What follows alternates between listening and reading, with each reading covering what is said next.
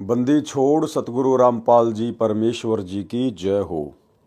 परम पिता परमात्मा सारी सृष्टि के रचनहार कुल मालिक असंख्य ब्रह्मांडों के स्वामी जगत गुरु तीनों लोकों में प्रवेश करके सबका भरण पोषण करने वाले राजाधिराज आत्माधार नाथों के नाथ देवों के देव महादेव सर्वेश्वर महेश्वर मृत्युंजय अजरो अमर आदि अनादि सनातनी प्रभु जगत पिता जगदीश्वर श्री श्री 1008 की उपाधि के वास्तविक अधिकारी अकाल मूरत शब्द स्वरूपी राम वासुदेव सर्वगतम ब्रह्म परम पूज्य प्रथम पूज्य परम संत परम पुरुष परम धनी परम दयालु सत्य कबीर हक्का कबीर अल्लाहु अकबर बाखबर अल्लाह ताला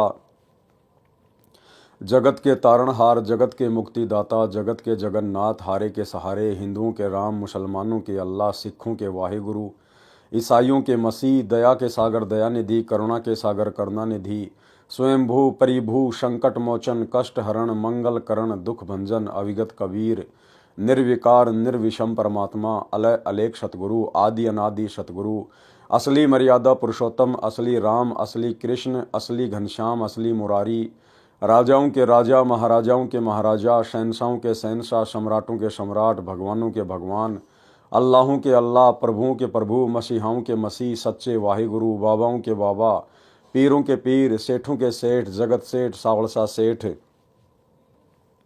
सर्वगुण संपन्न अनंत कोटि कलाओं के स्वामी अनंत कोटि ब्रह्मांडों के नायक योगियों में महायोगी ध्यानियों में महाध्यानी सिद्धों में परम सिद्ध ज्ञानियों में तत्वज्ञानी ब्रह्म ज्ञानी महाज्ञानी परम ज्ञानी सर्वश्रेष्ठ ज्ञानी विज्ञानी युवा कबीर समृत कबीर असमवात अमित ओजा सच्चे रहनुमा करीम अल्लाह सुभान अल्लाह दुनिया के अंतिम पैगंबर 8 सितंबर 1951 से गांव धनाना जिला सोनीपत हरियाणा भारतवर्ष की पावन भूमि पे प्रकट रियल कल्कि भगवान श्री नारायण साकार हरि श्री बाबा साहेब शब्द स्वरूपी राम संत श्रोमणी सतगुरु रामपाल जी परमेश्वर जी के चरण कमल में साध संगति से जुड़े हुए आपुरम सभी देश विदेश से सत्सेवक भाई बहनों का अनंत कोटि दंडवत प्रणाम।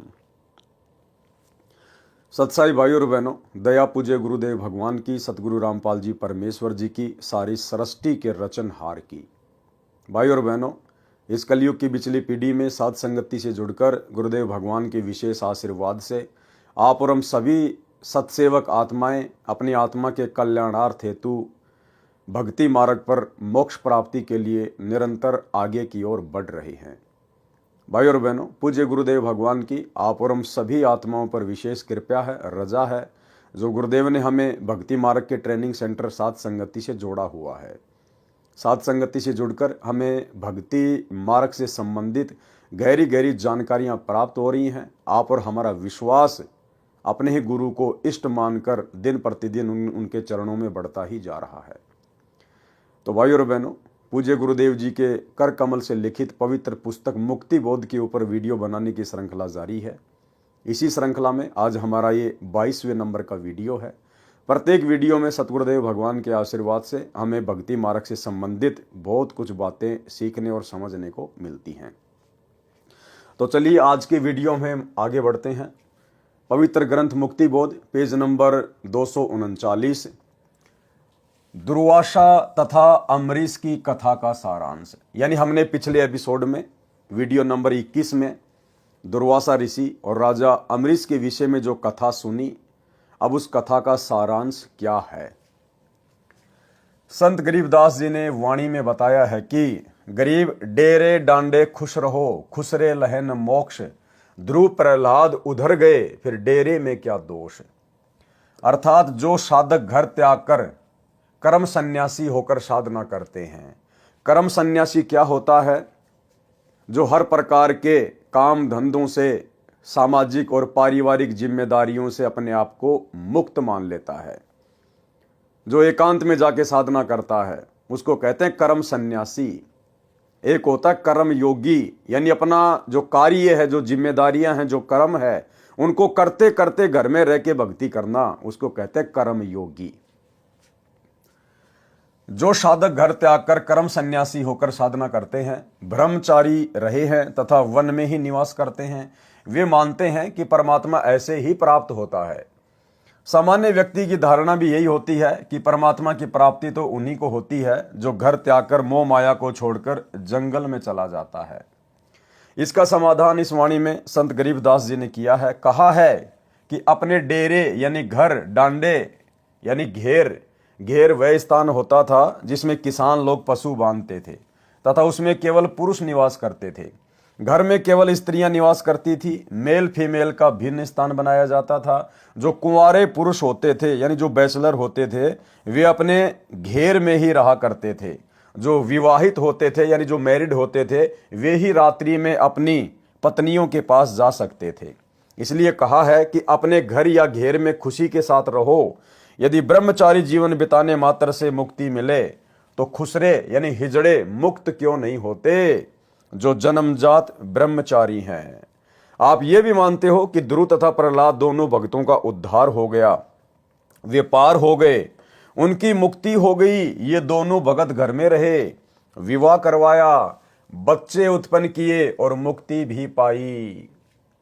देखो भाई और बहनों, यहां परमात्मा ये बातें जगत वाले भाई बहनों को समझाने की दृष्टि से लिख रहे हैं कि ध्रुव प्रहलाद पार हो गए आप लोगों के अनुसार।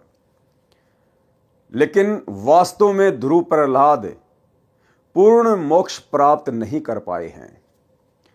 पूर्ण मोक्ष प्राप्ति के लिए कर्म सन्यासी बनना जरूरी नहीं है। कर्म योगी बनकर ध्रुव और प्रहलाद की तरह भक्ति की जा सकती है, परंतु पूर्ण मोक्ष प्राप्ति के लिए अंत में हमने विकारों से मुक्त होना ही पड़ेगा, विषय वासनाओं से मुक्त होना ही पड़ेगा। भले आपने रमेणी कर ली, शादी कर ली, आपने अपना परिवार बसा लिया, लेकिन पति पत्नी कर्म करते करते आप जी कभी भी मोक्ष प्राप्त नहीं कर सकते। आपने वो कर्म त्यागना पड़ेगा, विषय वासनाओं को त्यागना पड़ेगा यदि आपने पूर्ण मोक्ष प्राप्त करना है तो। ध्रुव प्रहलाद केवल इतने पार हुए हैं कि उन्हें फिर से जन्म लेना पड़ेगा। वो घर पर रहे, उन्होंने शादी की, विवाह किया, बाल बच्चे उत्पन्न किए, लेकिन उनको सच्चा सतगुरु प्राप्त नहीं था, उनको भक्ति का पूर्ण मार्ग प्राप्त नहीं था, जिस कारण से वो आत्माएं पूर्ण मोक्ष प्राप्त नहीं कर पाई। लेकिन परमेश्वर गुरुदेव भगवान हमें जो समझा रहे हैं, उनके कहने का मतलब ये है कि यदि आपकी भक्ति सच्ची है, आपका सतगुरु सच्चा है, मोक्ष मार्ग आपको पूरा प्राप्त है, तो आपने कहीं भी धक्के खाने की जरूरत नहीं है, कर्म सन्यासी बनने की जरूरत नहीं है, किसी अखाड़े में जाने की, किसी आश्रम में जाने की या जंगल में जाकर भक्ति करने की जरूरत नहीं है। आप अपने घर में रहिए, कर्म योगी बनिए, लेकिन विकारों से मुक्ति प्राप्त कीजिए। जो बुराइयां हैं उनको छोड़िए, जो विषय विकार हैं आप उनको छोड़िए। परिवार छोड़ने की जरूरत नहीं है, औरत को छोड़ने की जरूरत नहीं है, बच्चे छोड़ने की जरूरत नहीं है। परिवार में रहकर ज्ञान को आधार बनाकर विकारों को छोड़ने की आवश्यकता है, तब जाकर आपका पूर्ण मोक्ष होगा। अन्यथा शादी करके बाल बच्चे पैदा करने वाले और अंत में उन्हीं बाल बच्चों में रहने वाले और विषय वासनाओं में बने रहने वाले ध्रुव प्रहलाद का अभी तक मोक्ष नहीं हुआ है। उनको तो अभी बारंबार जन्म लेने पड़ेंगे। प्रहलाद का पुत्र बैलोचन था, बैलोचन का पुत्र राजा बलि था, जिसने अश्वमेध यज्ञ की थी। परमात्मा बावना यानी ठिगना रूप बनाकर भिक्षा लेने गए थे।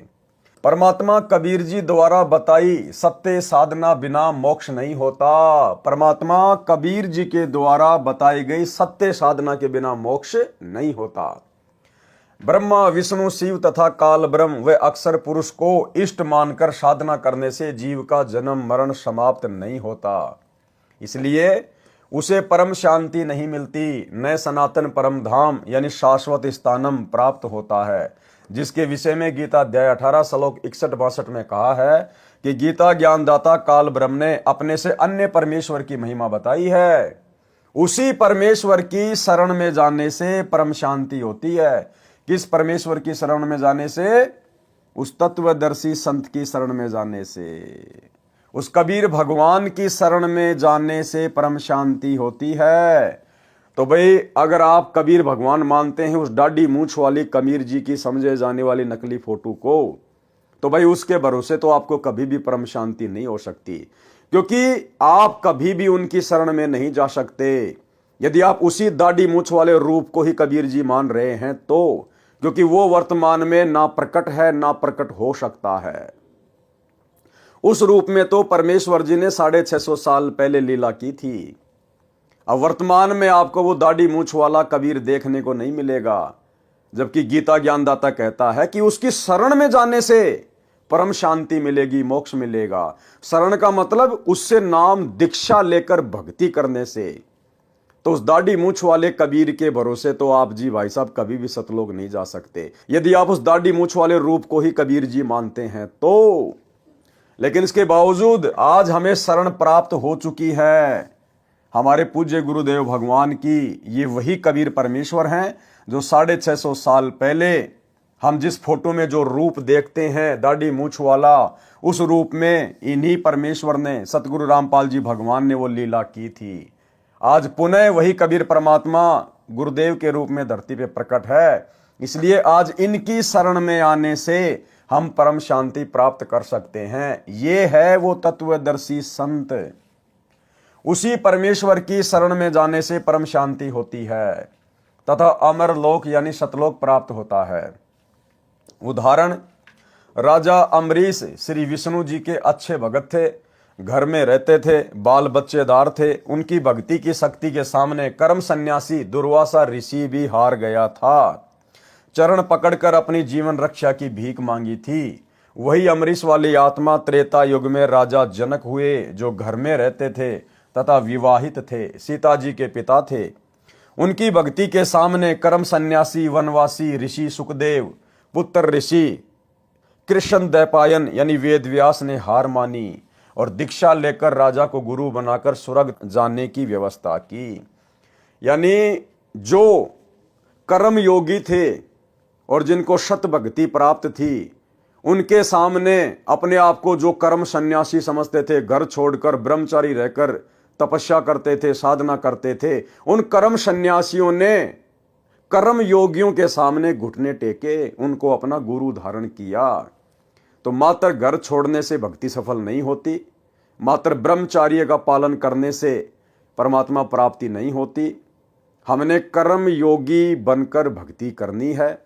और भक्ति यदि हमारे पास में सत्य है, गुरु यदि हमें पूर्ण प्राप्त है, तो भाई फिर आप चाहे कर्म योगी रहो चाहे कर्म सन्यासी रहो, वो भक्ति करने से हमारा बेड़ा पार होगा। कलयुग में वही राजा अम्बरीश व राजा जनक वाली आत्मा स्वर्ग में अपने पुण्यों को खर्च कर भारत देश में, वर्तमान में पाकिस्तान में श्री कालूराम मेहता खत्री के घर जन्मा, श्री नानक नाम रखा। उस जीवन में भी श्री विष्णु जी की भक्ति करते थे। परमेश्वर कबीर जी उनको बेई नदी के किनारे मिले, यथार्थ आध्यात्मिक ज्ञान बताया, सतलोक लेकर गए, अपनी यथार्थ स्थिति तथा शक्ति से परिचित करवाया, ब्रह्मा विष्णु तथा शिव व ब्रह्म का अस्तित्व दिखाया, फिर वापस छोड़ा। तब श्री नानक जी ने काशी यानी बनारस शहर में जाकर कबीर सतगुरु से सतनाम की दीक्षा लेकर जन्म मरण से छुटकारा पाया, परम शांति प्राप्त की, सनातन परम धाम यानी सचखंड प्राप्त किया। भाइयों और बहनों, ये जो लेख है, ये लेख परमात्मा जगत वाले भाई बहनों के हिसाब से लिख रहे हैं, क्योंकि इन पुस्तकों को आने वाले समय में पूरा विश्व पढ़ेगा।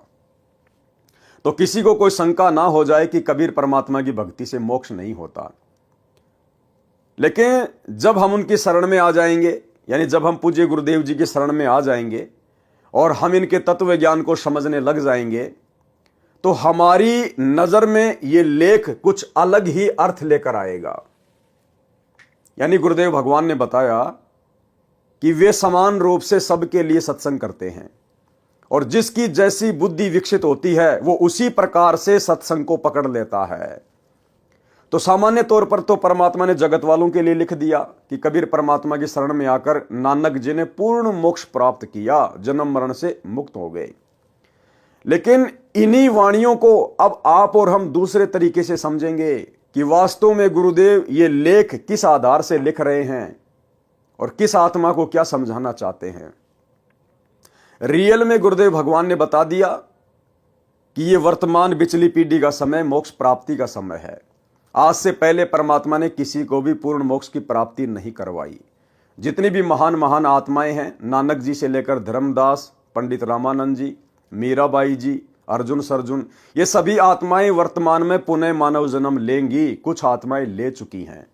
और नानक जी ये भी 64 लाख में थे और 64 के 64 लाख काशी में फैल हो गए थे।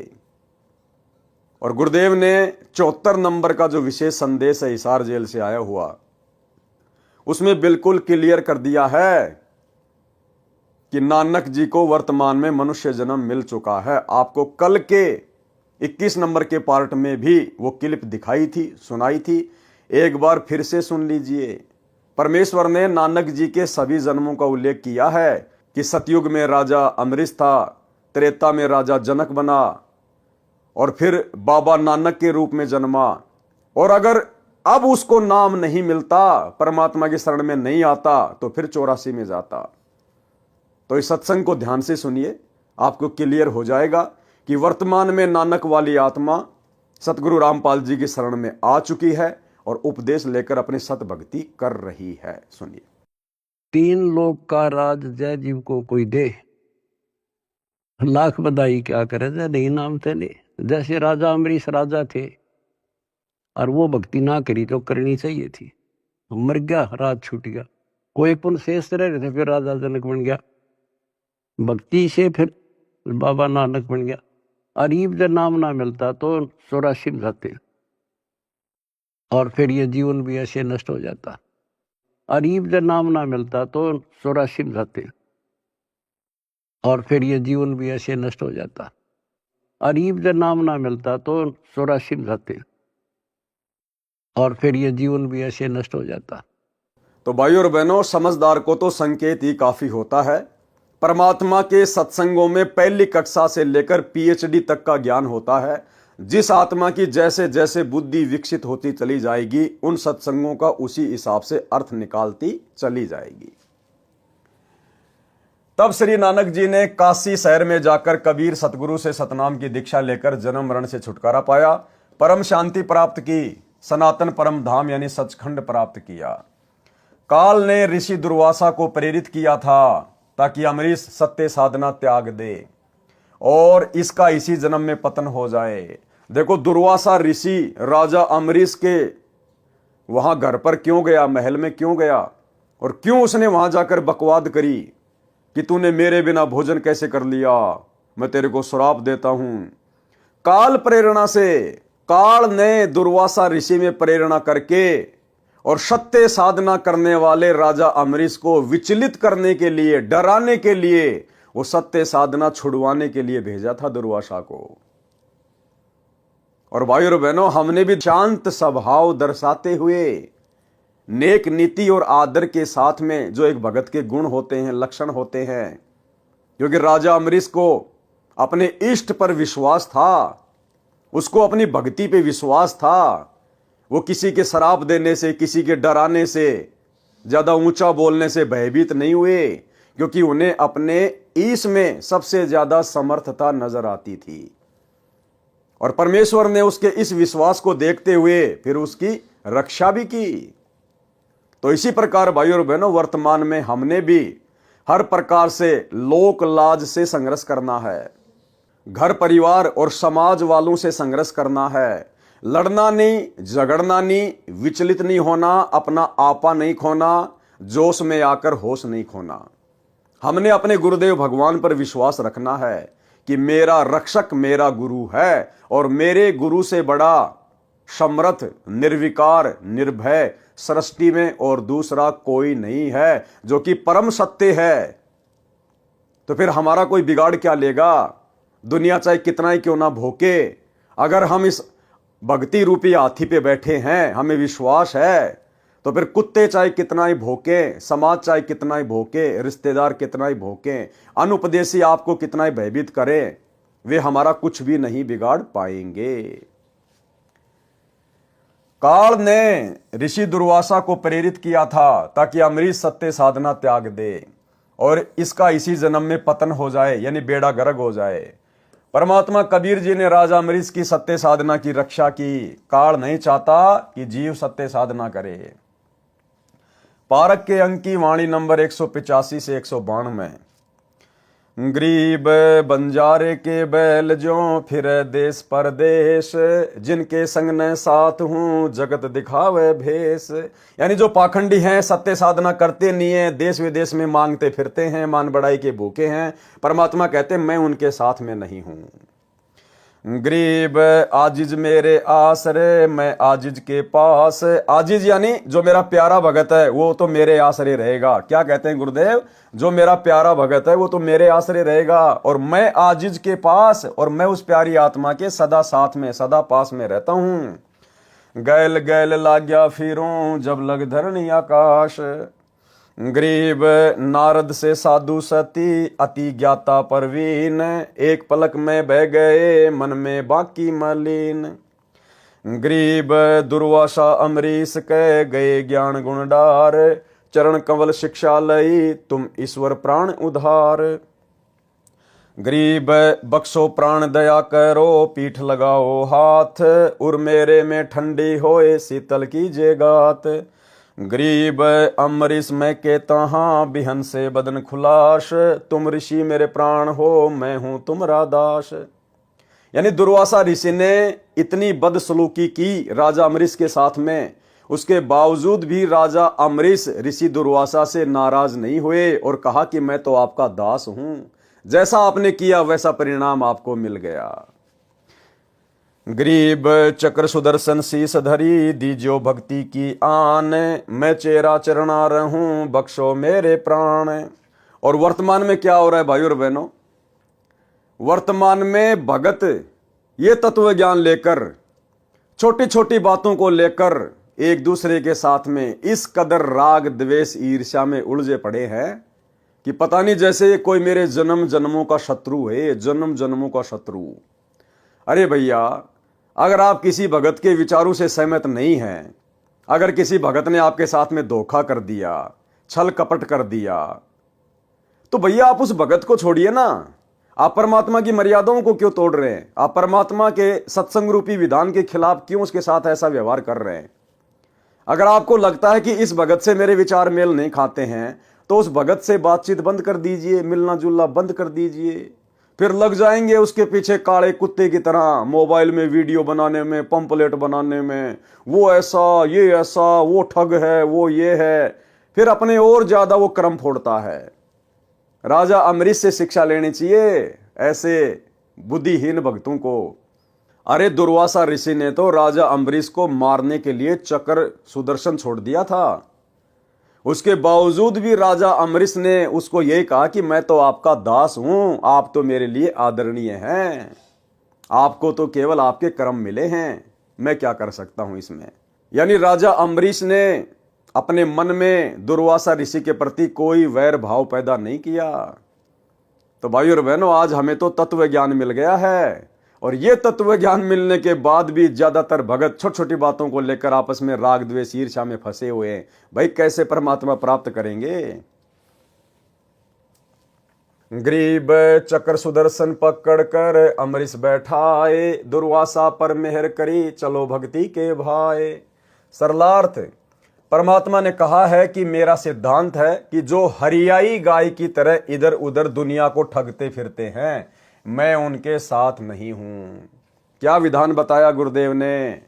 कि मेरा विधान है कि जो हरियाई गाय की तरह इधर उधर भटकते रहते हैं, दुनिया को ठगते रहते हैं। हरियाई गाय क्या होती है? हरियाई गाय उसको कहते हैं जो फसल खाने के लिए कभी किसी के खेत में चली जाए, कभी किसी के खेत में चली जाए, एक जगह वो टिकती नहीं है। और उस हरियाई गाय के गले में एक लकड़ी बांध दिया करते थे मोटी सी, ताकि वो ज्यादा तेज ना दौड़ सके, इधर उधर ना जा सके। अगर वो ज्यादा चलेगी तो लकड़ी उसके घुटनों पे लगती थी। तो हरियाई गाय की तरह परमात्मा कहते हैं जो भगत इधर उधर भटकते हैं, जैसे इन सतलोक आश्रमों में, क्योंकि आज हमारे गुरुदेव भगवान तो बैठे हुए हिसार जेल में, और संगत 90% संगत उस हरियाई गाय की तरह लड्डू जलेबी बर्फी के चक्कर में, जैसे वो गाय हरा हरा चारा चरने के चक्कर में दूसरों के खेतों में दौड़ा करती थी। ठीक इसी प्रकार वर्तमान में हमारे भगत भाई बहन जो साध संगति से नहीं जुड़े हुए हैं, जो गुरुदेव के ज्ञान को आधार बनाकर भक्ति नहीं कर रहे हैं, उस हरियाई गाय की तरह कभी सतलोक आश्रम धनाना में, कभी सतलोक आश्रम सोजत में, कभी सतलोक आश्रम शामली में लड्डू जलेबी बर्फी के चक्कर में भटकते रहते हैं। तो परमात्मा कहते हैं ऐसे भक्तों के साथ मैं नहीं रहता। अरे भैया, ऐसी भक्ति करो, ऐसे भाव पैदा करो, मर्यादाओं में रहो कि मजबूरन परमात्मा ने आपके पास आना पड़े। चलो इन आश्रमों में अगर गुरुदेव भगवान होते फिर तो आप चाहे लाख बार जाओ, लेकिन आपको अच्छे से पता है कि गुरुदेव भगवान शरीर रूप में हिसार जेल में बैठे हैं और शब्द रूप में तो वे हर जगह हैं, आपके घर पर भी हैं। अगर आप मर्यादित हैं तो, शत भक्ति कर रहे हैं तो फिर आपको हरियाई गाय की तरह इन आश्रमों में धक्के खाने की, लाडू जलेबी बर्फी के चक्कर में क्या आवश्यकता पड़ गई। परमात्मा ने कहा है कि मेरा सिद्धांत है कि जो हरियाई गाय की तरह इधर उधर दुनिया को ठगते फिरते हैं, मैं उनके साथ नहीं हूं। वे जगत में साधु वेश बनाकर प्रभावित करके काल जाल में डालते हैं। यानी परमात्मा हमें सांसारिक तौर पर जो नकली पाखंडी धर्मगुरु हैं उनके लिए भी समझा रहे हैं, और भक्ति मार्ग में भी आप और हमने ज्ञान को आधार बनाकर इन शब्दों का अर्थ समझना पड़ेगा। ये नहीं है कि परमात्मा केवल एक ही चीज पे टारगेट करते हैं, परमेश्वर एक तीर से अनेकों शिकार करते हैं। तो इस भक्ति में आने के बाद भी जो हरियाई गाय की तरह जिनकी आदत बनी हुई है, उन भाई बहनों के लिए भी परमात्मा का संकेत है। जो मेरा आजीज यानी प्रिय भगत है, मैं उसके सदा साथ रहता हूं, उसके पीछे पीछे लगा रहता हूं जब तक धरती आकाश है। तो फिर हमने आज गुरुजी की गैर हाजिरी में इन सतलोक आश्रमों में धक्के खाने की क्या जरूरत है, जब परमात्मा कह रहे कि गैल गैल लाग्या फिरूं जब तक धरती आकाश, जो जन मेरी शरण है ताका हूं मैं दास। तो आप तो गुरुजी की शरण में है ना, आपने तो नाम ले लिया ना, फिर गुरुजी की गैर हाजिरी में आप इन आश्रमों में क्यों भटक रहे हैं भाई। परमात्मा तो कह रहे हैं ऐसी आत्माओं के तो मैं पीछे पीछे भटकता हूं, और आप लोग सतगुरु मिलने के बाद, उनकी शरण मिलने के बाद, और आपको पता है कि गुरुजी आश्रमों में नहीं है, उसके बावजूद भी आप हरियाई गाय की तरह वहां भटक रहे हैं, धक्के खा रहे हैं, तो वहां परमात्मा नहीं मिलने वाला, इस विधि से भगवान नहीं मिलने वाला। परमात्मा तो कहते हैं अगर तू भक्ति करेगा, मर्यादा में रहेगा, तो मैं तेरे पीछे पीछे भटकूंगा, 24 घंटे छाया की तरह मैं तेरे साथ में रहूंगा। बताओ फिर भगत को भटकने की जरूरत क्या है।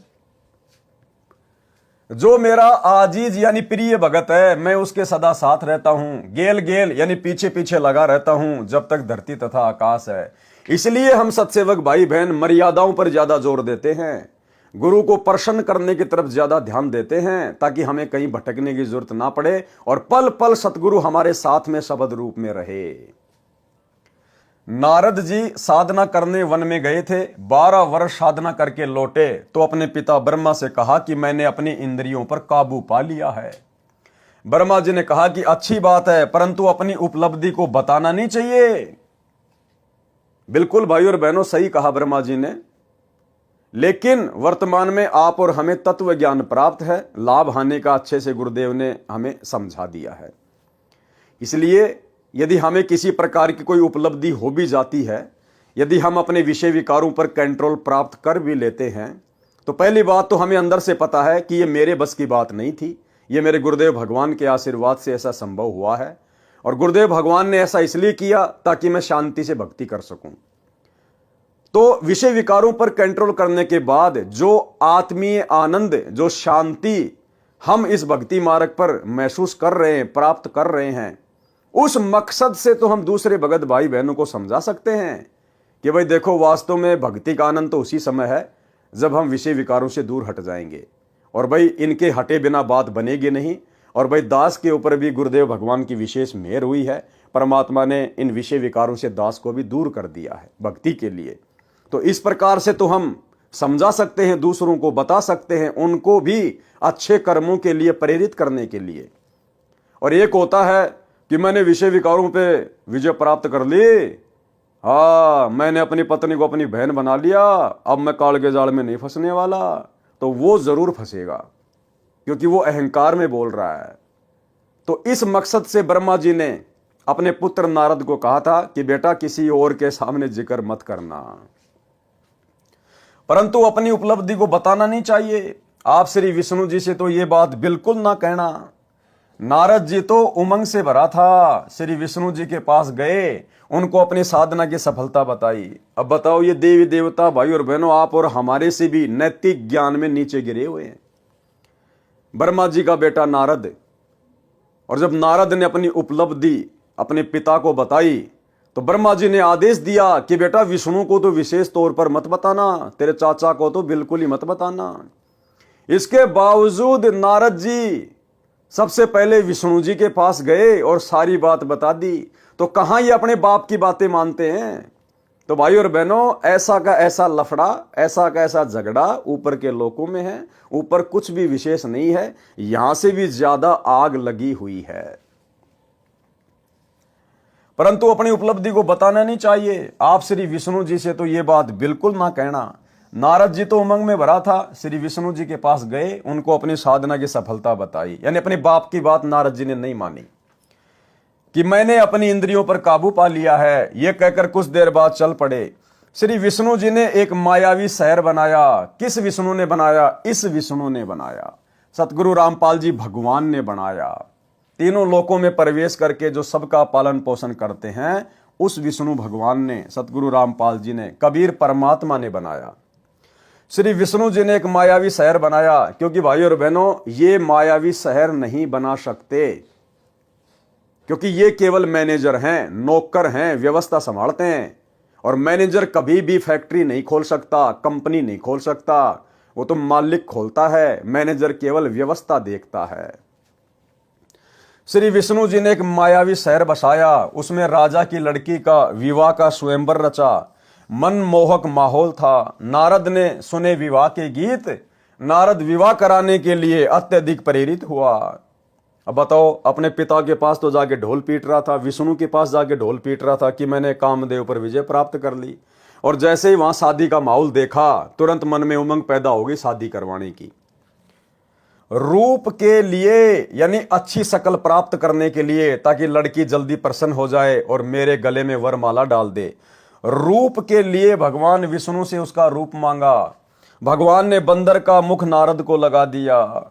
लड़की ने श्री विष्णु जी को वरमाला डाल दी, जो स्वयंवर में आया था। नारद को पता चला कि मेरे साथ विष्णु ने धोखा किया है, तो शराप दे दिया कि आप भी मेरे की तरह एक जीवन स्त्री के लिए तड़फ तड़फ कर मरोगे।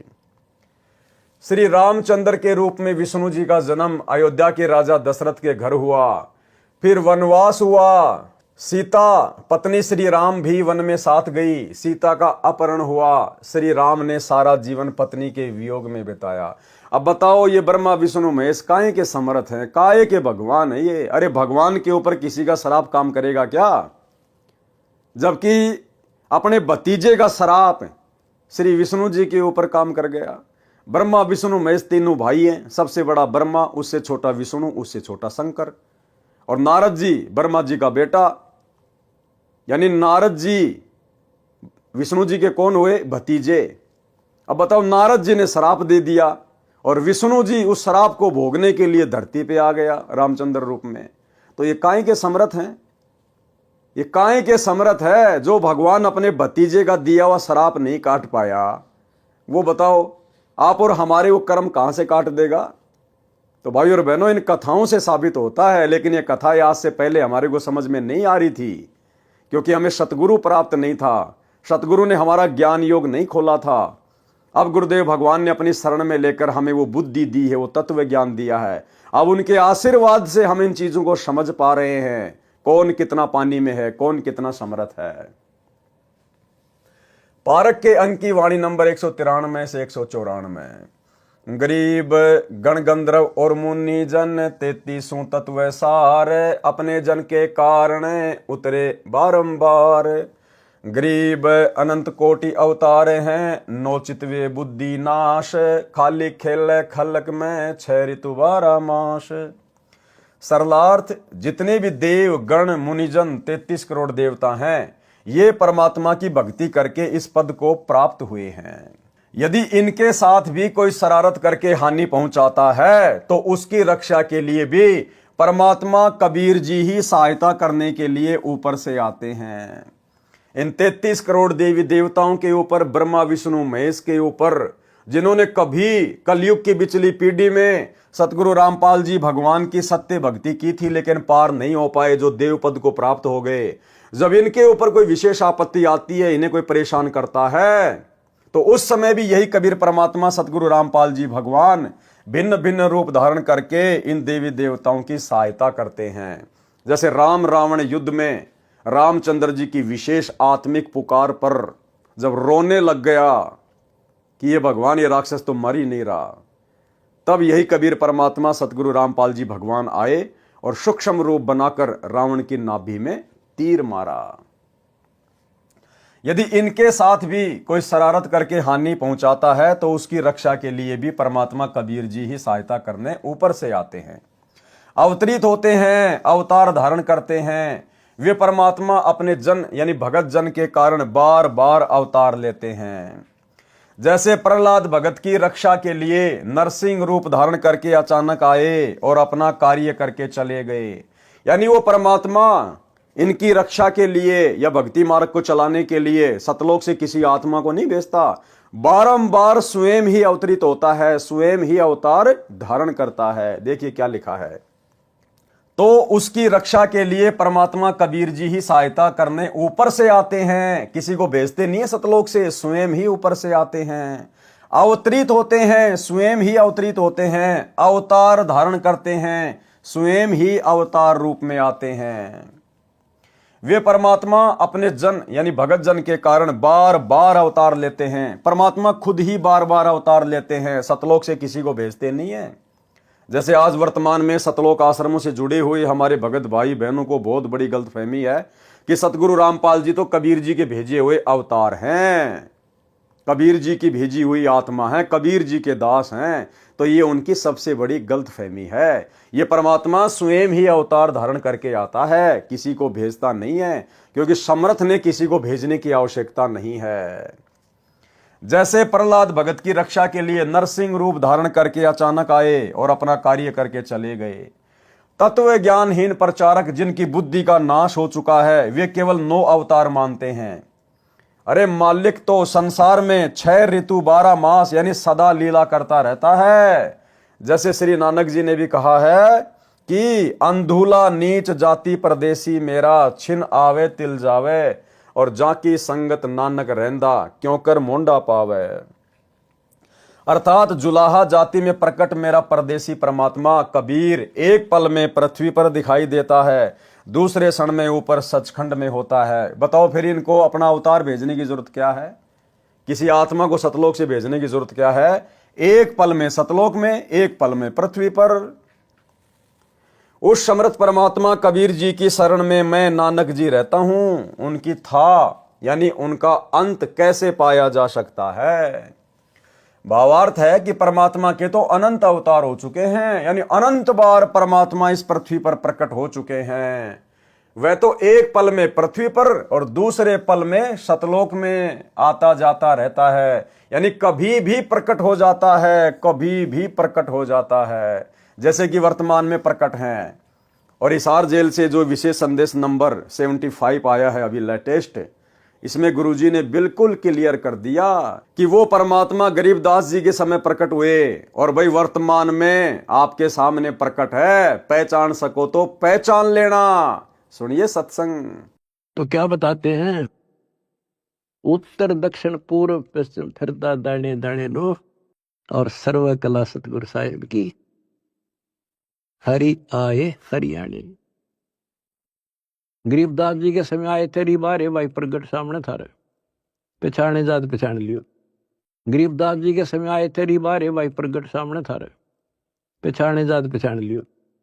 गरीबदास जी के समय आए तेरी बारे भाई प्रगट सामने थारे, पहचाने जात पहचान लियो। तो भाई और बहनों, वर्तमान में कौन प्रकट है, कहां है परमात्मा? यदि आप दाढ़ी मूछ वाले कबीर जी को परमात्मा मानते हैं तो भाई उसके तो आपको दर्शन भी नहीं हो सकते वर्तमान में।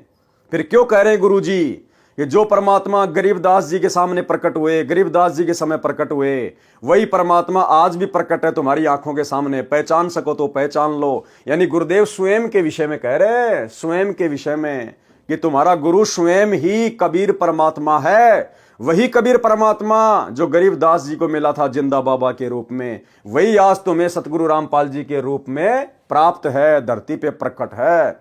अब इससे बड़ा खुलकर परमात्मा और क्या प्रमाण देंगे। लेकिन उसके बावजूद भी भाई और बहनों, बुद्धिहीन भगत भाई बहन ये बात अपने हृदय में नहीं बैठा पाएंगे कि हमारे गुरुजी ही कबीर जी हैं। क्योंकि गुरुजी को ही कबीर जी मानने के लिए तो साध संगति से जुड़ना पड़ेगा।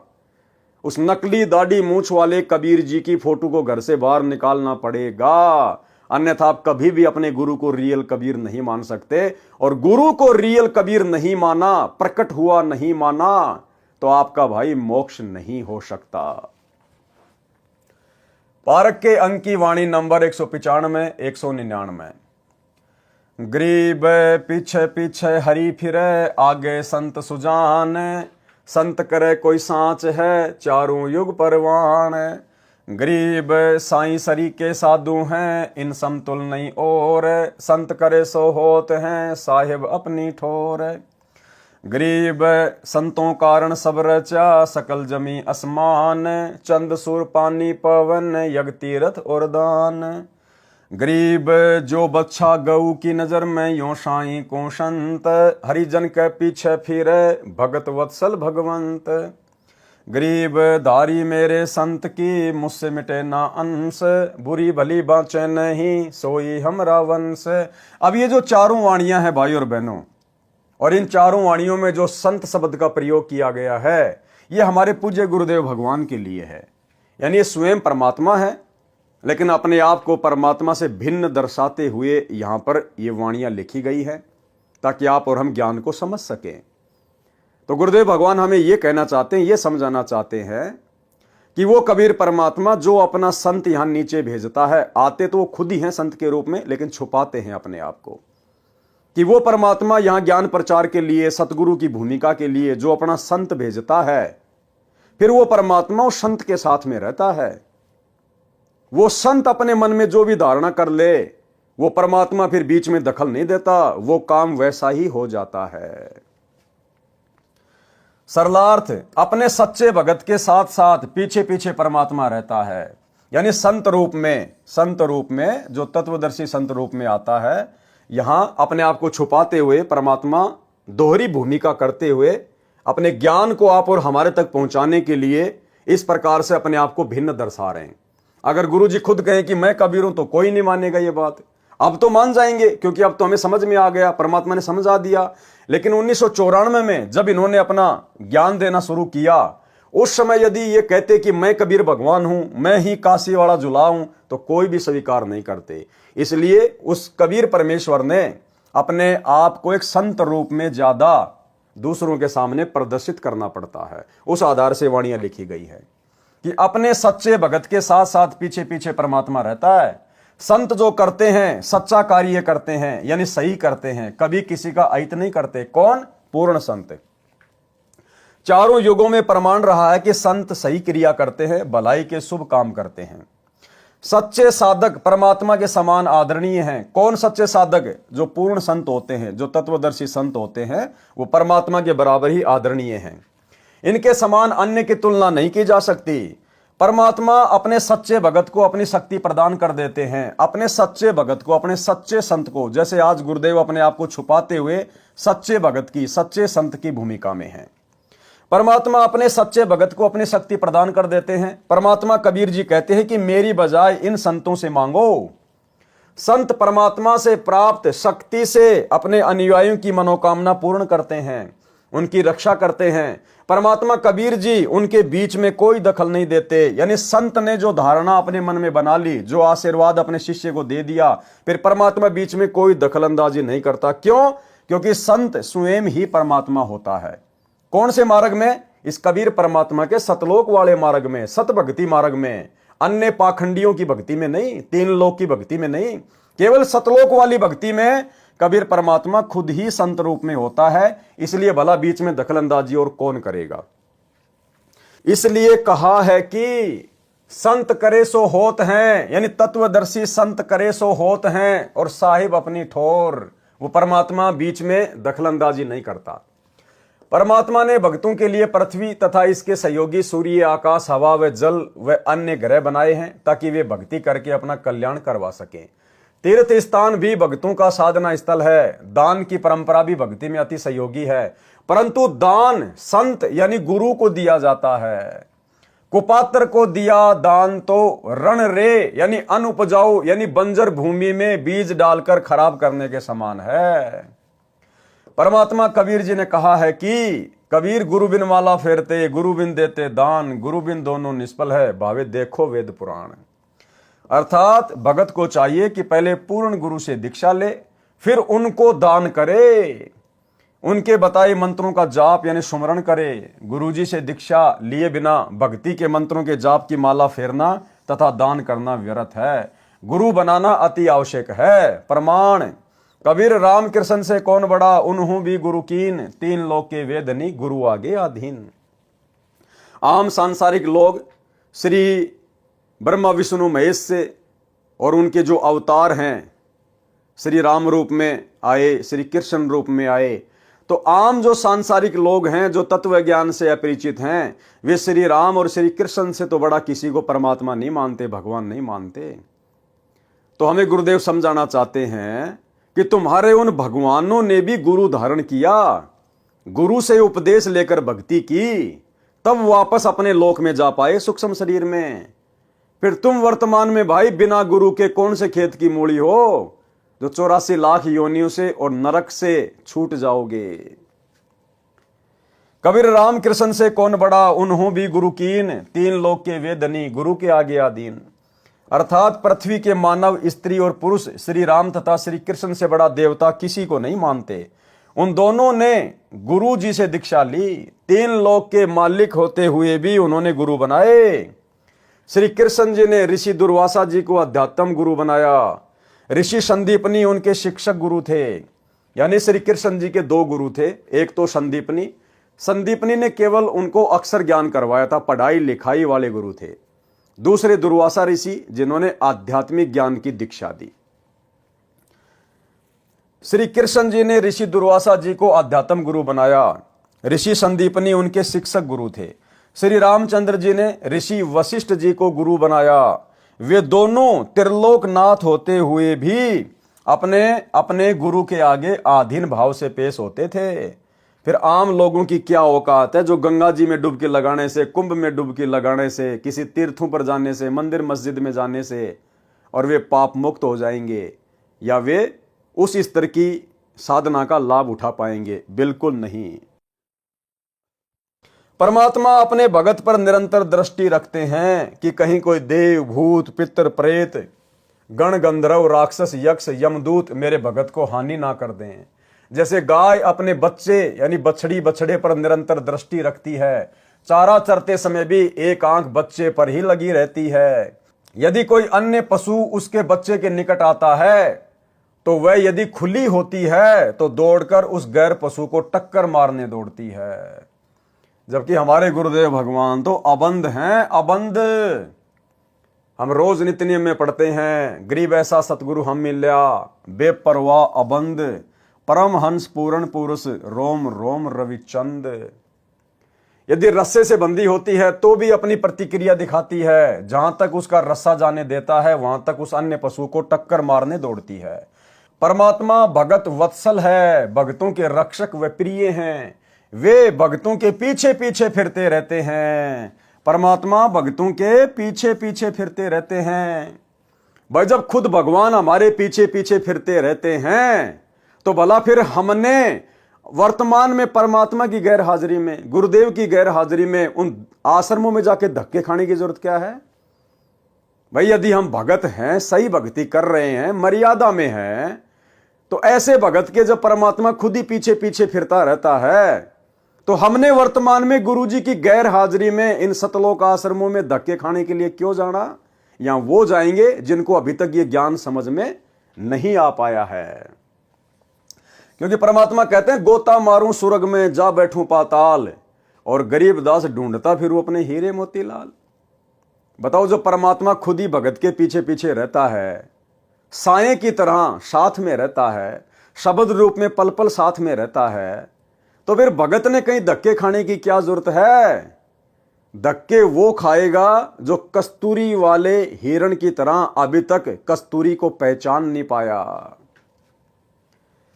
मेरे संत यानी सतगुरु पद पर जो संत होता है, उसकी धारणा यानी जो वो अपने सेवक अनुयायियों को आशीर्वाद देकर लाभ देना चाहता है, उसकी वह धारणा मेरे से टाली नहीं जा सकती, यानी मैं उसमें दखल नहीं दे सकता। क्यों? क्योंकि संत, इस कबीर परमात्मा के मार्ग में जो पूर्ण संत होता है, जो तत्वदर्शी संत होता है, वो स्वयं कबीर भगवान ही होता है, इसलिए दखल और देगा कौन?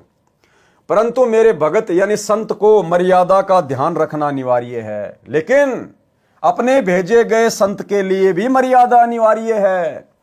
और भाइयों और बहनों, अब आपको समझ में आएगा कि वर्तमान में इन शतलोक आश्रमों में 90% भगत भाई बहनों से ज्ञान विरुद्ध कर्म कौन करवा रहा है? गुरु का नाम लेके, या इस लाइन में यह बात बोलकर परमात्मा क्या कह रहे हैं कि मेरा जो संत होता है, जिसको मैं तत्वदर्शी संत बना के भेजता हूं, सतगुरु बना के भेजता हूं, जैसे वर्तमान में हमारे गुरुदेव भगवान आए हुए हैं, तो परमात्मा कबीर जी कह रहे हैं कि उस संत को भी मर्यादाओं का विशेष ध्यान रखना पड़ता है। यानी उस संत को मर्यादा बना के कौन देता है? परमात्मा। आपने कई सत्संगों में सुना होगा गुरुदेव के मुख कमल से कि बच्चों, ये हमारे भगवान के नियम हैं। तो नियम भक्ति के सतगुरु रामपाल जी को किसने दिए? कबीर भगवान ने। क्योंकि समझाने की दृष्टि से परमात्मा ने लिखा है, उसी दृष्टि से दास आपको समझा रहा है। तो भक्ति के नियम सतगुरु रामपाल जी को दिए किसने? कबीर भगवान ने। फिर क्या कह रहा है वो परमात्मा? परंतु मेरे भगत यानी संत को मर्यादा का ध्यान रखना अनिवार्य है। किसको? उस तत्वदर्शी संत को, जिसको गुरु पद पे भेजा जाता है। तो भाई फिर वो तत्वदर्शी संत कैसे मर्यादा तुड़वाएगा? भक्ति मार्ग में राजनीति नहीं करनी, ये राजनीति बंदी छोड़ को बिल्कुल भी पसंद नहीं है। ये किसका नियम है? कबीर भगवान का। एक बार गुरुदेव के मुख कमल से सुन लो कि राजनीति करने वालों से बंदी छोड़ कितना नाराज होता है। सुनिए। तो ये कच्चा काम नहीं करते बंदी छोड़, तो इन्होंने 250 वर्ष इंतजार करनी पड़ी कि कोई इस बात को समझ के और नीयत से, इसमें छल कपट नहीं चलता, इसमें पॉलिटिक्स राजनीति को बंदी छोड़ पसंद कतई नहीं करता। यह हमने आजमा के देख रखी है। अगर मैं भी कसूर करूंगा तो मेरा वो दोनों बात से अपनी छतरी अपनी छाया हटा लेगा ऊपर तय, और भाई ने वह बात से घर ते बाहर लकड़ते पाला पड़े से कर्म का जाडा लगेगा, सर्दी लगेगी। इसी प्रकार सतगुरु अपनी छत्र छाया में अपने बच्चे ने छाती का लाकर रखे। जिस प्रकार छोटे से बच्चे ने माता पिता और दादा गुदड़े में लको कर रखा करे, अकेले इसके सर्दी ना लग जा, तो न्यू हमारे को बंदी छोड़ जब उसकी शरण में आ जाते हैं, इस प्रकार रखे से। पर हमारी कुमत जो से थोड़ी को ना चौथे युग में आ गया, इकट्ठी होती होती आ रही से। महाराज के युगन युगन की वासना हुई इकट्ठी आन, निर्मल क्यों कर होगा, कोई संत लग्या नहीं कान। तो बात यही हमारा कहने का तात्पर्य है कि जो 40 साल से वहां पर पापड़ बेल रहे थे, उनकी करनी में अंतर था। उनकी कथनी कुछ और करनी कुछ रही। यहां पर कथनी थोड़ी हो, करनी अधिक हो, जो परमात्मा बंदी छोड़ प्रसन्न होते हैं। इन सारा बेरा हम सोच क्या रहे हैं और करांगे क्या, हम इस तक के छुपा सकते हैं। जीता दास गीसा पंथ के अंदर गीसा संत का एक परम शिष्य हुआ है।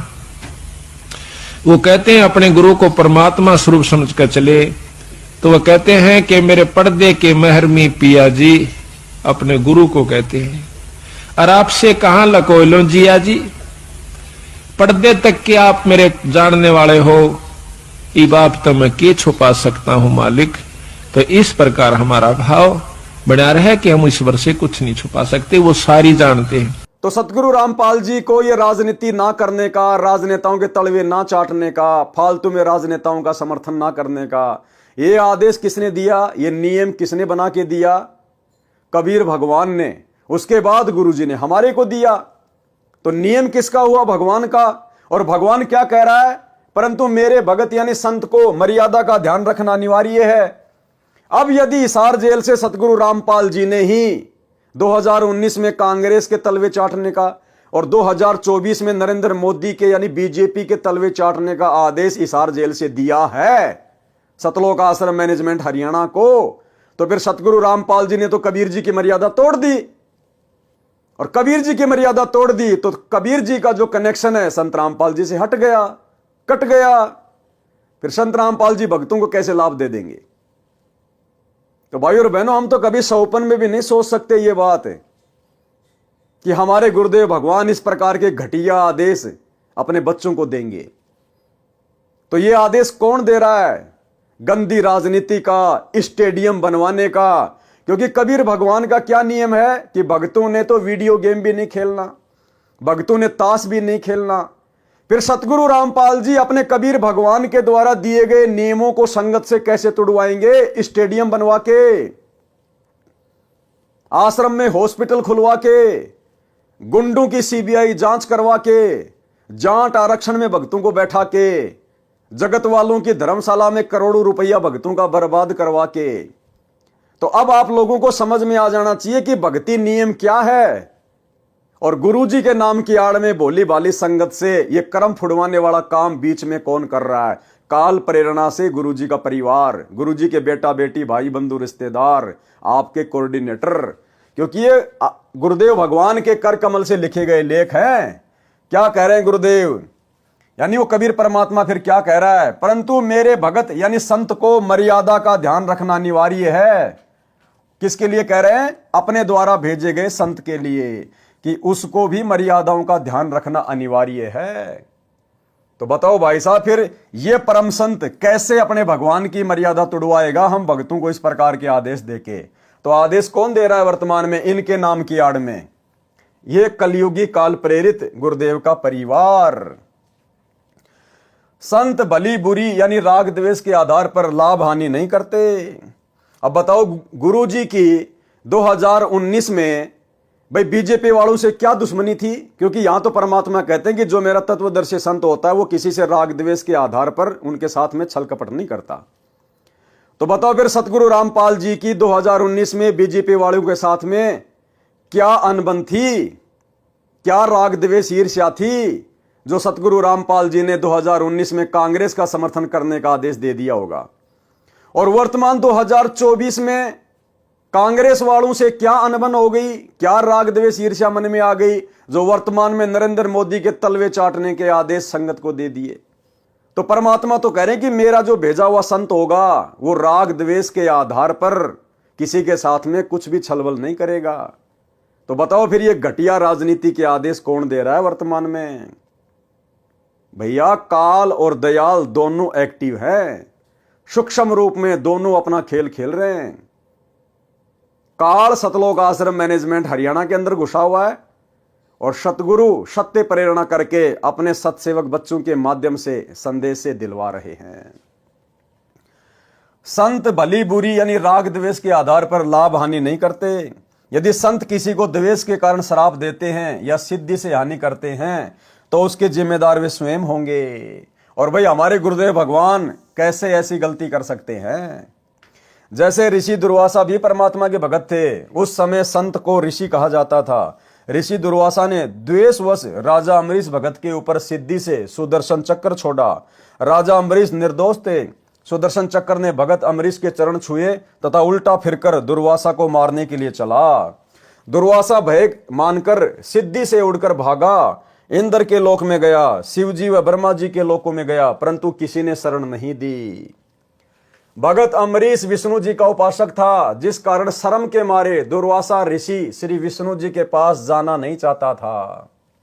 उस समय श्री विष्णु जी शेषैया यानी शेष नाग के ऊपर लगे बिस्तर पर अपनी पत्नी लक्ष्मी जी के साथ विश्राम कर रहे थे।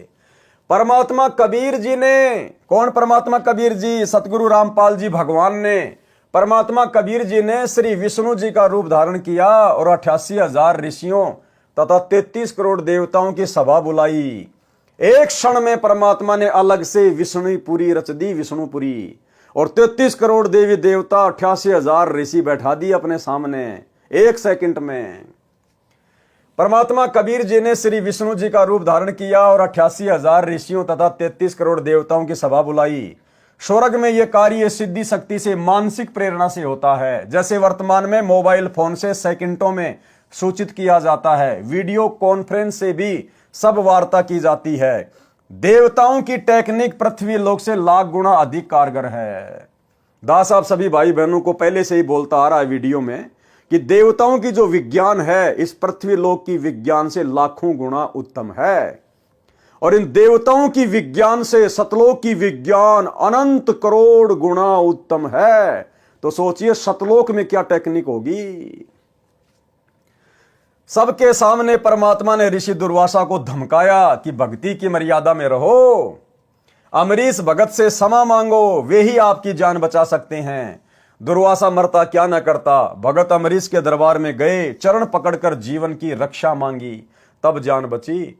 संत गरीबदास जी ने बताया है कि कबीर परमात्मा के भगत परमात्मा का कबीर कुल है। अब देखो भाई और बहनों, इस लाइन का बताओ आप क्या अर्थ निकालोगे, इस लाइन का आप क्या अर्थ निकालोगे? अगर कोई अर्थ निकलता है तो आप मुझे बताओ क्या है। संत गरीबदास जी ने बताया है कि, अब यहां से शुरू कर दो आप, यहां से लेकर यहां तक क्या कह रहे हैं गुरुदेव? कबीर परमात्मा के भगत परमात्मा का कबीर कुल है। अब बताओ आप इसको कितनी बार भी पढ़ लो, क्या समझोगे आप? अब इसका निष्कर्ष क्या दिया परमात्मा ने लास्ट में? पहले तो परमात्मा ने पूरी बात संत को और अपने आप को अलग अलग दर्शाते हुए पूरी कर दी, और लास्ट में परमात्मा ने वहीं लाके छोड़ दिया कि कबीर परमात्मा का भेजा हुआ जो संत होता है, यानी होता तो खुद कबीर परमात्मा या संत रूप में, लास्ट में क्लियर कर दिया कि वो भगत भी खुद परमात्मा ही होता है। कबीर परमात्मा के भगत तो कौन हुए? कबीर परमात्मा के भगत जो संत रूप में यहां जो भेजा जाता है, मान लीजिए सतगुरु रामपाल जी हैं जो अपने आप को कहते हैं कि मुझे कबीर जी ने भेजा है, तो कबीर परमात्मा के भगत। फिर क्या है वो भगत? परमात्मा का, यानी कबीर परमात्मा के भगत परमात्मा का कबीर कुल है, यानी वो खुद ही परमात्मा होता है। वो कबीर परमात्मा खुद ही संत रूप में धरती पे प्रकट होता है। परमात्मा कबीर जी ने कहा है कि मेरा वंश कबीर कुल कभी किसी को स्वार्थ व ईर्ष्यावश कष्ट नहीं देता। पारक के अंक की वाणी नंबर 200 से 202। गरीब संख जीव परलोक रे, संखों उत्पत्ति ख्याल, ऐसे सुमरत संत हैं एक खिसे नहीं बाल। गरीब गर्ज इंद्र अनंत दल, बो विधि बरस्या होए, संख जीव परलोक रे, संखों उत्पत्ति जोए। गरीब इच्छा कर मारे नहीं, बिन इच्छा मर जाए, निकामी निज संत हैं जहां नहीं पाप लगाए। सरलार्थ इंद्र की पदवी दो विधि से मिलती है, एक तो तप करने से, दूसरी धर्म यज्ञ करने से। ये तप तथा धर्म यज्ञ संत स्वभाव के जीव करते हैं। जैसे इंद्र संत है, वह पृथ्वी के ऊपर वर्षा करते हैं, उसमें शंखों जीव बह जाते हैं, मर जाते हैं और शंखों की उत्पत्ति होती है। इसमें इंद्र का दोष नहीं है, परंतु विधान अनुसार बिना संत उपदेशी को पाप तथा पुण्य दोनों मिलते हैं। इंद्र पाप का भागी भी बनता है और पुण्य का भागी भी बनता है। क्यों? क्योंकि उसको पूर्ण संत से उपदेश प्राप्त नहीं है, जिस कारण से इंद्र मृत्यु के उपरांत गधा बनता है। पुण्य स्वर्ग का राजा बनकर नष्ट कर देता है। जो सतगुरु कबीर जी के उपासक हैं, उनके लिए वाणी 202 में कहा है कि इच्छा कर मारे नहीं, बिन इच्छा मर जाए। वे निष्काम कर्म करने वाले संत होते हैं, उनको पाप नहीं लगता, क्योंकि सतगुरु की शरण में आने के बाद हमें ज्ञान हो जाता है और हम अपनी तरफ से किसी का बुरा नहीं करना चाहेंगे। हम जानबूझकर किसी को मारना नहीं चाहेंगे, किसी को हानि नहीं करना चाहेंगे। और हमारी इच्छा ना होते हुए यदि कोई हानि हो जाती है तो उसमें फिर वो दोष हमारे ऊपर नहीं होता, क्योंकि हम पूर्ण संत गुरु की शरण में हैं। पारक के अंक की वाणी नंबर 203 से 206। गरीब हद्दी तो छूटे नहीं, कीड़ी बदला दीन। हद्दी कौन? जो काल की हद में है, कहते हैं वो तो छूटते नहीं है। अगर कीड़ी मारी है तो उसका भी बदला देना पड़ेगा। मोहम्मद की बेगम गुश है, काट लिए अंग 3।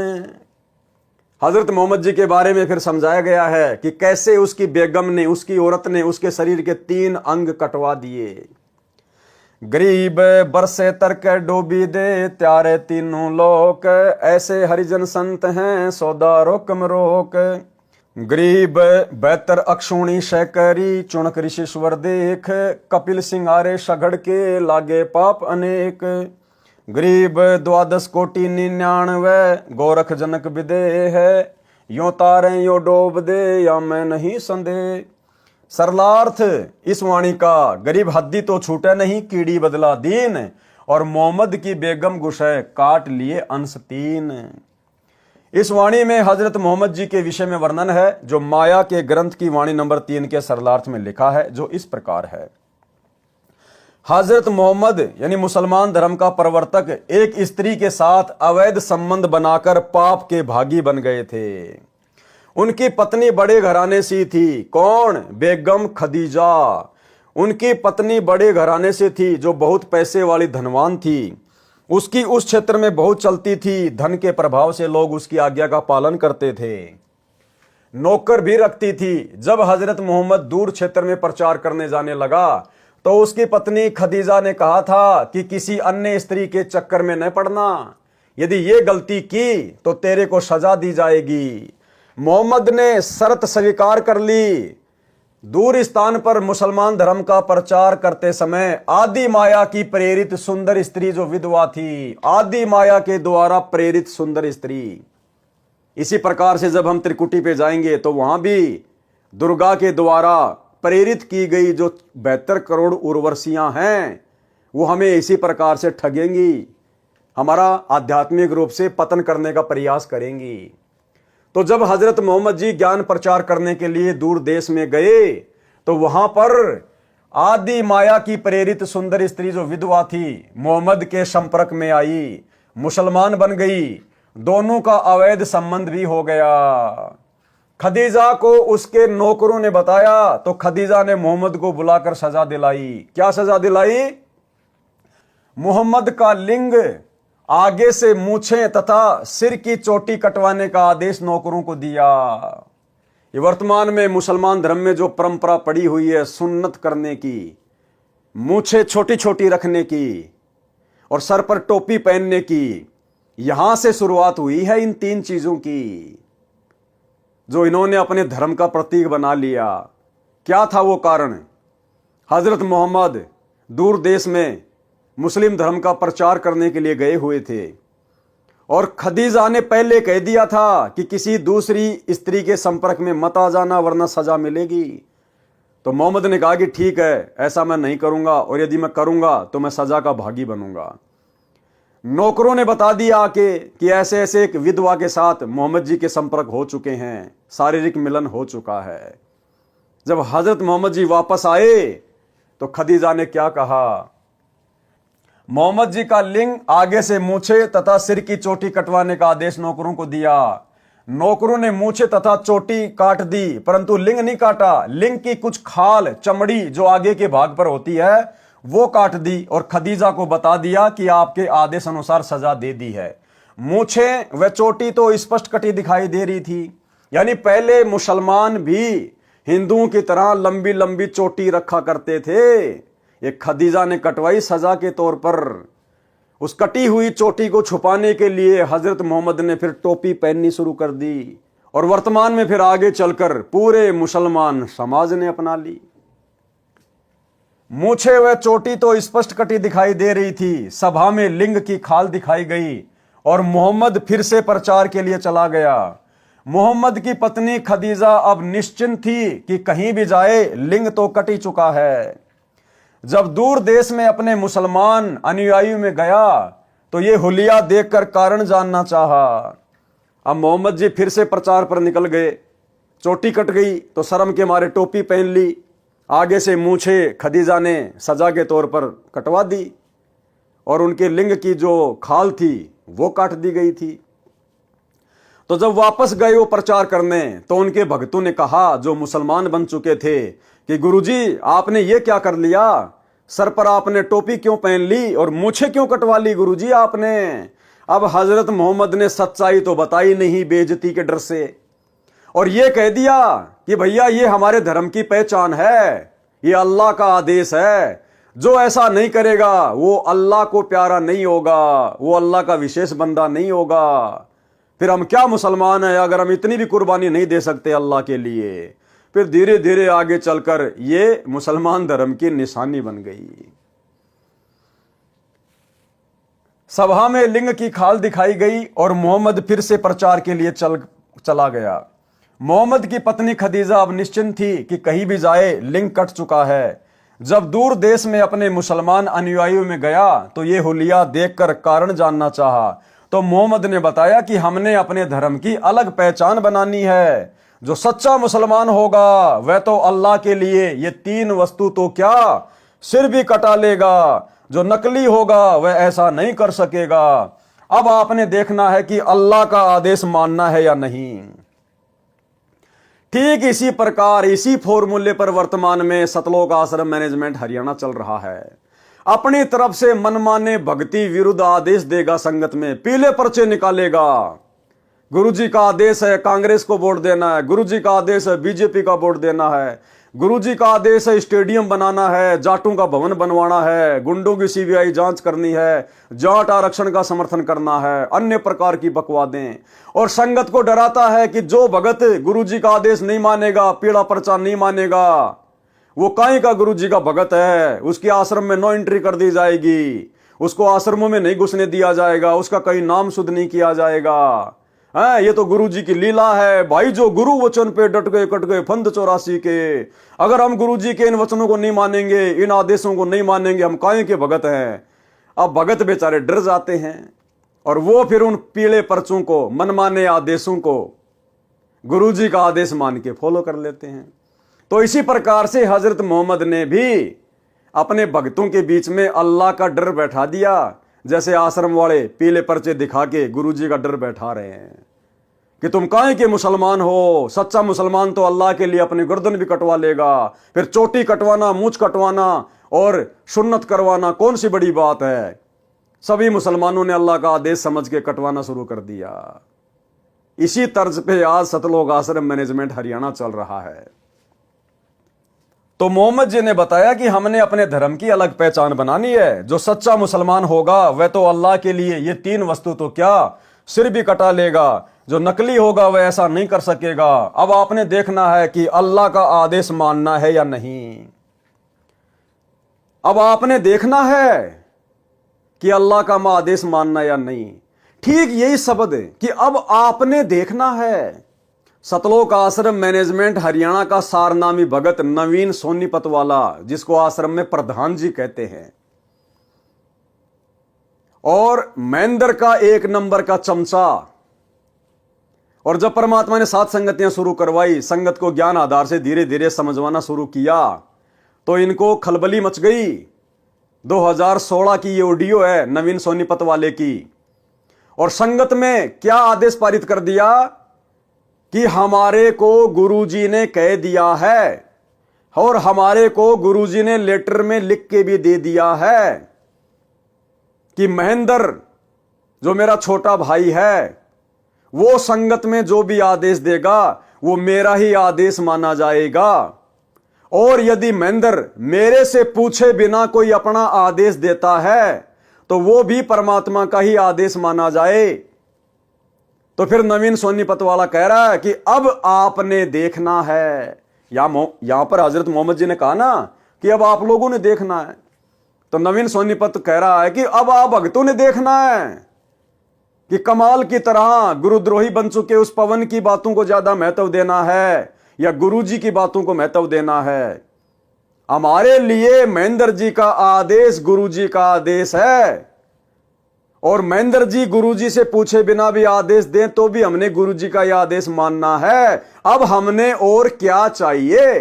यानी बाढ़ में जाओ गुरुजी, बाढ़ में जाओ ये ज्ञान है, बाढ़ में जाओ सत्संग, बस महेंद्र जो बोल देगा वो हमारे लिए फाइनल है। यह है सतलोक आश्रम मैनेजमेंट हरियाणा के परम भक्तों का तत्व ज्ञान, सारनामी भक्तों का तत्व ज्ञान। ये नवीन सोनीपत वाला जो सभी स्टेट कोऑर्डिनेटर के ऊपर है, सभी को यह आदेश पारित करता है महेंद्र के कहने से, इनका यह हाल है। पहले ये छोटी सी ऑडियो सुन लो उसकी, सुनिए जी। आप जो कह रहे हो ठीक है, लेकिन सारी संगत के लिए गुरुदेव जी ने आदेश दे रखा है कि भाई मोहनलाल जी की बात मान करके चलें। और मोहनलाल जी की बात मानना हमारे लिए गुरुदेव जी का आदेश है। उसकी बात का खंडन करना गुरुजियों के आदेश का खंडन करना है। और पवन जयपुर वाले जी मोहनलाल जी के खिलाफ मैसेज डालते जाने लग रहे हैं, जो कि गुरु मर्यादा का उल्लंघन है। अब आप लोगों ने गुरु मर्यादा को ज्यादा रखना है या कमाल की तरह एक दूसरे भगत के ऊपर आश्रित ज्यादा होना है, यो फैसला अब आप लोगों के हाथ में है। देख लो अब आप क्या करोगे। हमारे को गुरुजियों ने कह दिया भाई मोहनलाल जी की मान के चलो। मोहनलाल जी जो कहें हमारे लिए वो फाइनल है। और ये गुरुजियों ने लिखित में भी दे दिया था, लिखित में भी दे रखा है कि भाई मेरे आदेश को अगर मोहनलाल जी बदल दें तो भी वो मान्य होगा, और मेरे कहे बिना या मेरे से पूछे बिना मोहनलाल जी अगर कोई आदेश दें तो भी वो मान्य होगा। तो इससे ज्यादा और क्या चाहिए अब हमारे को। गुरुजियों ने कह दिया भाई मोहनलाल जी हैं फाइनल अथॉरिटी है। तो भाई और बहनों, अब बताओ आप, वो तो बड़ा खुश हो रहा है कि अब हमें और क्या चाहिए। भाई महेंद्र हमारा गुरु बन गया, गुरुजी से पूछे बिना भी आदेश दे सकता है, बस अब हमें और क्या चाहिए। तो ये है भाई और बहनों मनमाना आचरण है। अब महेंद्र तो कल को संगत को लेटरिन खाने का आदेश देगा, देखते हैं देखे कितने खाएंगे, देखते हैं कितने खाएंगे। ये ज्ञान आधार की भक्ति है, देखा देखी की भक्ति नहीं है। बाढ़ में जाए महेंद्र, हमने अपने गुरुजी को देख के चलना है। हम महेंद्र के सत्संग सुन के नहीं जुड़े, हमारा मोक्ष महेंद्र नहीं करेगा जो हम उस महेंद्र के आदेश मानने के लिए बाध्य हैं। हम अपने गुरुदेव के आदेश मानने के लिए बाध्य हैं, किसी और के नहीं। तो क्या कहा हजरत मोहम्मद ने, वह तो अल्लाह के लिए ये तीन वस्तु तो क्या सिर कटा लेगा, जो नकली होगा वह ऐसा नहीं कर सकेगा। अब आपने देखना है कि अल्लाह का आदेश मानना है या नहीं। तो नवीन सोनीपत वाला भी यह कह रहा कि अब आप भगतों ने देखना है कि उस पवन दास की बात माननी है या महेंद्र जी वाले आदेश मानने हैं। अब बेचारे भगत तो श्रद्धालु होते हैं, श्रद्धालु कुर्बान होते हैं। सब आदमियों ने आगे से मूछें, सिर की चोटी कटवा ली तथा लिंग के आगे से खाल भी कटवा दी, जिससे सुन्नत कहते हैं। फिर तो ये धर्म चिन्ह ही बन गया, छोटी आयु के लड़कों की सुन्नत की परंपरा पड़ गई। अब परमात्मा कहते हैं चलो भाई तुमने सुन्नत करके लड़के को तो मुसलमान बना दिया, लड़की को कैसे मुसलमान बनाओगे। अब मुसलमान धर्म में जो औरतें हैं वो तो मुसलमान है ही नहीं, क्योंकि लड़के की तो आपने सुन्नत कर दी पैदा होते ही, लड़की की कहां से सुन्नत करोगे। ना लड़की के मूछें होती हैं। अब बताओ, ना मुसलमान धर्म में लड़कियां टोपी पहनती हैं, तो मुसलमान धर्म में औरतें तो मुसलमान है ही नहीं फिर। तो ये भी इन सब की भ्रमणा है, ये मनमाना आचरण है। जो हद्दी यानी काल की हद तक की साधना करते हैं उनको तो सब पाप पुण्य भोगने पड़ते हैं। कीड़ी भी मार देते हैं तो उनका भी बदला देना पड़ता है। जैसे बारिश में असंख्यों जीव डूब दिए, नष्ट कर दिए, बारिश से असंख्यों उत्पन्न हो गए, असंख्यों को भोजन मिला, यो तारे यानी कल्याण कर देते हैं। ऐसे परमात्मा भक्तजन संत हैं। सौदा रोकम रोक यानी नगदा नगदी है, अर्थात जैसा कर्म करते हैं वैसा फल हाथों हाथ मिलता है। ऋषि चुनक ने मानधाता चक्रवर्ती राजा की बेहतर अक्षौणी सेना को सिद्धि शक्ति से निर्मित 4 पुतलियों यानी परमाणु बम जैसी घातक शक्ति से नष्ट कर दिया था, तथा कपिल मुनि ने राजा सगड़ के 60,000 पुत्रों को सिद्धि से अग्नि बाणों से मार डाला। उनको अनेकों पाप लगे। राजा जनक विदेही 12 करोड़ जीव आत्माओं को नरक से छुड़वाकर स्वर्ग ले गए। राजा जनक के पुण्य कम हुए, पुनर्जन्म श्री नानक जी के रूप में हुआ। गोरखनाथ जी ने 99 करोड़ राजाओं को ज्ञान सुनाकर राज छुड़वाकर भक्ति पर लगाया। गोरखनाथ ने 99 करोड़ राजाओं के राज छुड़वाकर, जैसे गोपीचंद भर्तरी का, ऐसे 99 करोड़ राजाओं के सतयुग से लेकर वर्तमान तक 99 करोड़ राजाओं के राज छुड़वाए। क्योंकि इनमें सिद्धियां होती हैं, ये हर युग में अपना चोला धारण कर लेते हैं। तो 99 करोड़ तो राजाओं को राज छुड़वाकर भक्ति पे लगाया, बाकी आम प्राणी और कितने होंगे। लेकिन देखो भाई और बहनों, ना मोक्ष उस गोरखनाथ का, ना उन राजाओं का। तो आप और हमारा कितना बड़ा सौभाग्य है, हमारा तो तुरंत मोक्ष। गोरखनाथ ने 99 करोड़ राजाओं को ज्ञान सुनाकर राज छुड़वाकर भक्ति पर लगाया था। अब ये बहुत सारे भगत भाई बहन 100-200 ज्ञान गंगा बांट के 2-4 भक्तों को नाम दिलवाकर अपने आप को पता नहीं क्या समझ लेते हैं। ये शिक्षा लेनी चाहिए गोरखनाथ से। 99 करोड़ तो राजाओं को, आप लोग किसी एक एमएलए को तो नाम दिलवा दो आज। अरे राजा यानी प्रधानमंत्री, राजा की तो छोड़ दो, आप अपने गांव के सरपंच को तो नाम दीक्षा दिलवा दो और छुड़वा दो उससे सारे कर्म। असंभव।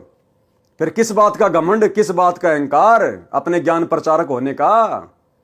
गोरखनाथ ने 99 करोड़ तो राजाओं को भक्ति पे लगाया था, परंतु मुक्ति दोनों की नहीं हुई, न गोरखनाथ की न राजाओं की। परमात्मा कबीर जी के शरण में श्री नानक जी आए, तब मोक्ष हुआ, तथा गोरखनाथ को भी सतगुरु कबीर जी मिले, उनको सतनाम दिया, वे भी मुक्त नहीं हुए हैं, क्योंकि उनसे सिद्धि से हुई प्रसिद्धि का आनंद छूटा नहीं। सारनाम मिला नहीं, गोरखनाथ का फिर जन्म होगा, ब्रह्मचारी रहेगा, सतयुग में 1 लाख वर्ष तक दिल्ली का राज करेगा, फिर सन्यास लेगा। तो भाई गोरखनाथ ज्यादा बड़ा या आप और हम ज्यादा बड़े? परमात्मा की शरण में आने के बाद भी, इतना सिद्धि युक्त होने के बावजूद भी गोरखनाथ का भी इस कलयुग की पिछली पीढ़ी में मोक्ष नहीं है। अभी तो वो सतयुग में जन्म लेगा, उसके बाद दिल्ली का राज करेगा 1 लाख वर्ष तक, क्योंकि सतयुग में 70-80 लाख वर्ष तक इंसान की आयु होती है। 1 लाख साल दिल्ली का राज करेगा, फिर बीच में उसको वैराग्य उत्पन्न हो जाएगा, राजपाट को छोड़ के फिर जंगल में चला जाएगा। तो गोरखनाथ बड़ा या आप और हम?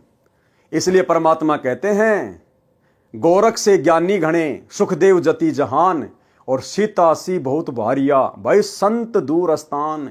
इस सतगुरु की शरण मिलना अति दुर्लभ है, जो आज आप और हमें प्राप्त हो गई है। तो गोरखनाथ जैसे तो आप और हमारे आसपास भी नहीं हैं?